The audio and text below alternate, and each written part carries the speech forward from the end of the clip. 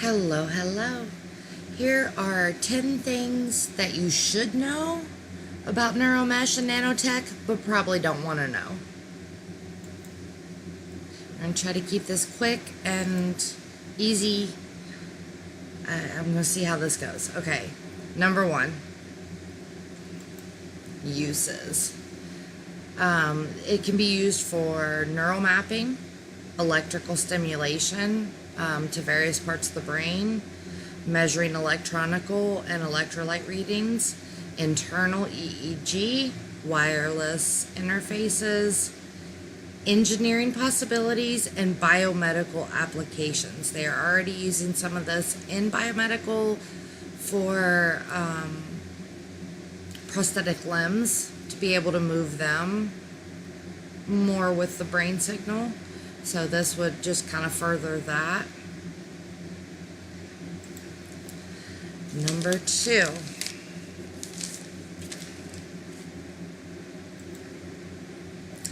Injectable by needle.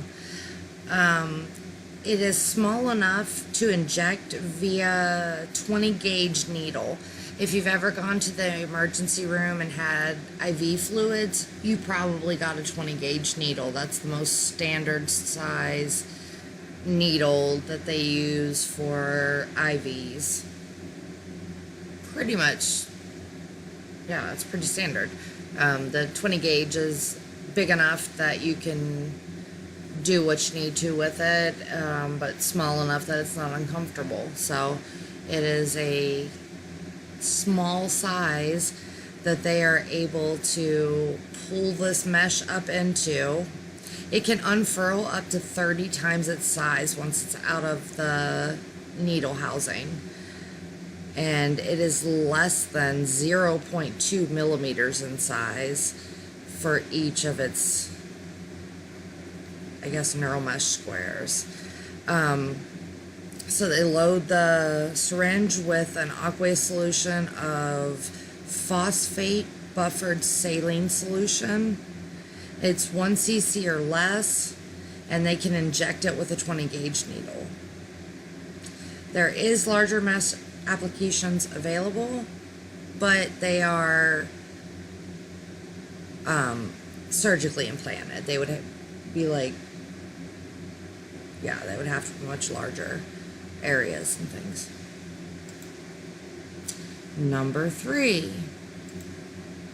replacing probes. Currently, they are using these little probes that go into the brain. They have to be moved every so often. And it's every couple days. It's not like, oh, we can leave this in for a month. No, it's got to be moved every couple days. These can be left in for probably a lifetime because there is no inflammation response from the body with this nanotechnology. No inflammatory response at all. It's almost impossible to tell where the body stops working and the neural mesh starts working. The neural mesh insulates neurons. It allows them to use a lower voltage if they're having to do stimulation therapy in the brain. They can use a much lower voltage because it's spread out so well. It's not like just stick it in and zap it like it used to be. Now they put this mesh in there and it kind of just tingles it and, teases it back into working. And with the way the mesh is made, it allows for continuous metal connections throughout the mesh so that they can get continuous readings and data throughout your brain. Number four, what are they made of? This is not your mama's neural mesh. It's not the old school stuff. They use metal oxides, silicone, and nanowire sensors. Those are the three main ingredients in what makes up the neural mesh. Metal oxides, silicone, and nanowire sensors, all of which are integrated into the body almost completely. So just keep that in mind. These mesh things that they can implant into your body are almost completely, they can be put in and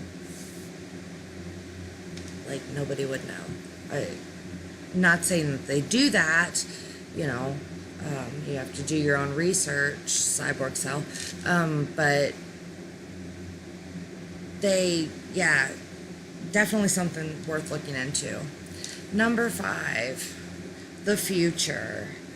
What they're working towards is reducing invasiveness of relays for prosthetic limbs. That's a good thing. So if someone loses a limb, they would be able to attach this neural mesh and create a better, almost exact working model hand or foot or whatever, because your brain wants to work that part and the neural mesh would make it happen. Computer to human wireless link. It be able to control a computer with your thoughts. Traumatic brain injury monitoring.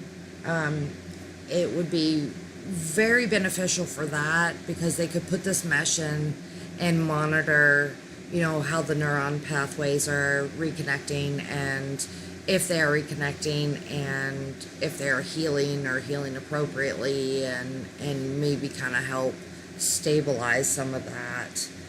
And the other thing, you know, because we all forget stuff, memory storage. I mean, shoot, you know, just shoot a little nanotech up in your head and you got a terabyte of extra memory storage. I don't know, it's crazy. This sentence right here by Charles Lieber, who is the one of the researchers on the report for this nanotechnology, this injectable mesh technology. We're trying to blur the distinction of electronic circuits and neural circuits. I'm just going to leave you with that. Just think about that. Think about that for a minute. It's pretty freaking creepy. Pretty freaking